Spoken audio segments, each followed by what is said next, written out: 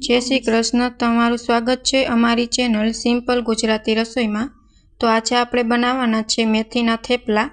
तमे जोई शको छो पोचारू जेवा मेथीना थेपला छे ते बनीने तैयार छे। तमे आ थेपलाने 10 दिवस सुधी तमे स्टोर करीने राखी शको छो, अथवा तो तमे ट्रावेल करवा जाओ छो त्यां तमे साथे नास्ता करवा माटे लई जई शको छो। तो आपणे थेपला बनाववा माटे सौथी पहेला जे घऊंनी रोटली बनावी छे ते लोट लई लीधो छे। हवे आपणे तेमां बधा ज मरी मसाला एड करी देशुं। तो सौथी पहेला अहीं मैं लीलू लसण लीधुं छे ते एड करी देशुं। लीलू लसण नाखवाथी थेपला सरस टेस्टी बने छे।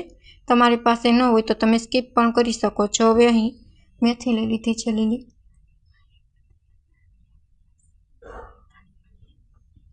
सफेद तल एड कर्या छे, 2 चमची जेटली मैं हळદર एड करी छे, 2 चमची जेटલું ધાણા જીરું પાવડર અને 1 चमची जेटली लसणवाળી चटणी एड करी छे અને स्वाद प्रमाणे मीठું एड करी दीधुं छे। અને थेपला सरस पोचा रहे ઝાઝા સમય સુધી તેના માટે આપણે 2 चमची જેટલું તેલ એડ કર્યું છે મોણ। હવે સારી રીતના બધું જ મિક્સ કરીને આપણે લોટ બાંધી લેશું। જો આવી રીતના તમે મેથીના થેપલા બનાવશો તો ખૂબ જ સરસ ટેસ્ટી બનશે અને પોચા રૂ જેવા બનીને તૈયાર થશે અને 10 દિવસ સુધી તમારા થેપલા છે તે નહીં કડક થાય અને બગડશે પણ નહીં। હવે સરસ રીતના આપણે લોટને બધું મિક્સ કરી દીધું છે। થોડું થોડું પાણી એડ કરીને સારી રીતના આપણે લોટ બાંધી લેવાનો છે। લોટ જેવો નોર્મલી આપણે રોટલી બનાવવા માટેનો જે લોટ બાંધી છે તેવો જ બાંધીને તૈયાર કરવાનો છે। તમે જોઈ શકો છો કેટલો સરસ આપણો લોટ છે તે બંધાઈને તૈયાર થઈ ગયો છે। તમારે આમાં હળદરનું પ્રમાણ વધારે રાખવાનું જેથી થેપલાનો કલર છે તે વધારે આવે। લાલ મરચું પાવડર છે ઓછું નાખવાનું જેથી તમારો કલર પણ જેવા બજારે મળતા થેપલા હોય છે તેવો જ કલર ઘરે આવશે। હવે આપણે 15 મિનિટ સુધી ઢાંકીને રાખી દેશું। તો 15 મિનિટ થઈ ગઈ છે। હવે આપણે લોટને સારી રીતના તેલ નાખીને મસળી લેશું। તમારે મસળવામાં તેલનું પ્રમાણ સેજ વધારે લેવાનું છે જેથી તમારે જ્યાં લોંગ સમય સુધી તમારે રાખવા હોય તો પણ તમારા થેપલા સરસ નરમ અને પોચા રહે છે, કડક નહીં થાય અને બગડશે પણ નહીં, ખરાબ નહીં થાય। હવે સારી રીતના આપણે હાથથી મદદથી લોટને મસળી લેશું। ત્યાર પછી તમારે થેપલા જે પ્રમાણે બનાવવા હોય તે પ્રમાણે તમારે આવી રીતના લોઈ બનાવી લેવાની છે। હું થેપલા મોટા અને સાઇઝમાં પાતળા કરીશ જેથી થેપલા છે તે કડક નહીં થાય, સરસ પોચા રૂ જેવા રહેશે। તમારી થેપલા છે તે એકદમ પાતળા વણવાના છે જેથી તમારા થેપલા પણ કડક નહીં રહે અને સરસ નરમ અને પોચા રૂ જેવા થશે થેપલા તમારા બનીને। હવે આપણે વણી લેશું એક લોઈ લઈને। જો જરૂર પડે તો ઘઉંનો લોટ એડ કરવો, નહીંતર એમને વણી લેવા। અને બહુ વધુ પડતો ઘઉંનો લોટ એડ નથી કરવાનો, નકર તમારા થેપલા છે તે આપણે તળ્યા પછી ચવડ થઈ જશે। આ વાતની ખાસ ધ્યાન રાખવી। હવે સારી રીતના વેલણની મદદથી આપણે થેપલું છે તે વણી લેશું।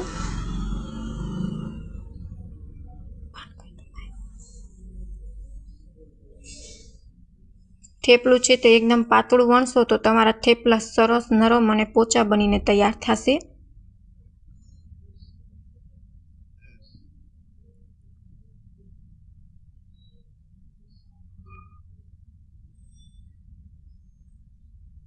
અને ખાસ કરીને જો તમે ટ્રાવેલમાં લઈ જતા હોય તો થેપલા બહુ જ પાતળા વણવાના જેથી જ્યાં સમય સુધી થેપલા છે તે કડક ન થાય અને સરસ પોચા રહે।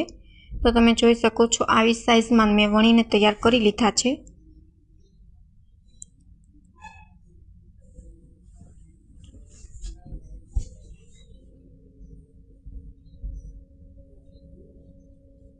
હવે બધા જ થેપલા આપણે આવી રીતના વણીને તૈયાર કરી લેશું।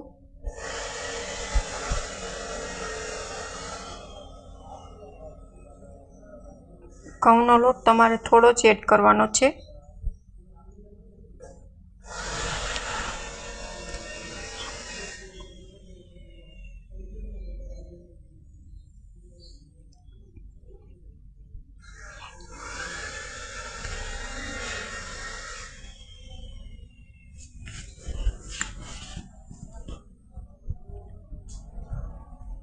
તો તમે જોઈ શકો છો આવી રીતના બધા થેપલા આપણે વણીને તૈયાર કરી લેશું।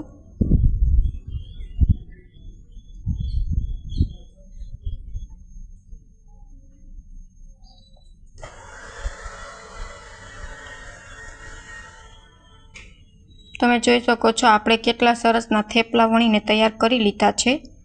હવે સાઈડ પર આપણે લોઢી છે તેને ગરમ થવા મૂકી દીધી છે।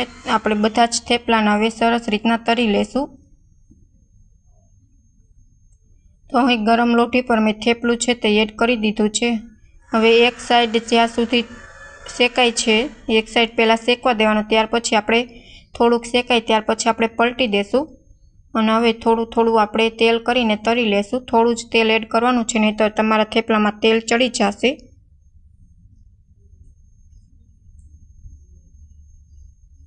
આવી રીતના તાવીથાની મદદથી તેલ ચોપડીને હવે આપણે બીજી સાઈડ છે તે પલટી દેશું અને તે સાઈડ પણ આપણે થોડુંક તેલ એડ કરીને તાવીથાની મદદથી તેને સ્પ્રેડ કરી દેશું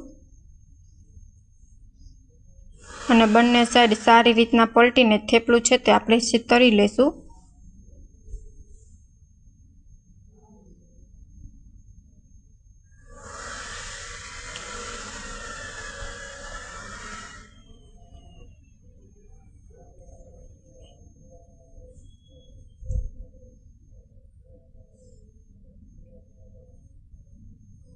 તો હવે બધા જ થેપલા આપણે આવી રીતના તળીને તૈયાર કરી લેશું।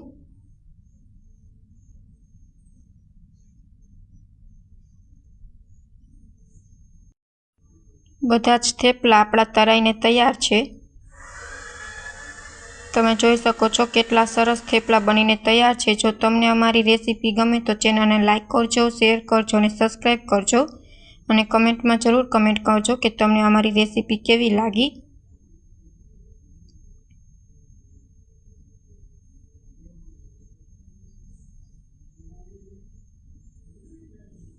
Thank you for my watching video.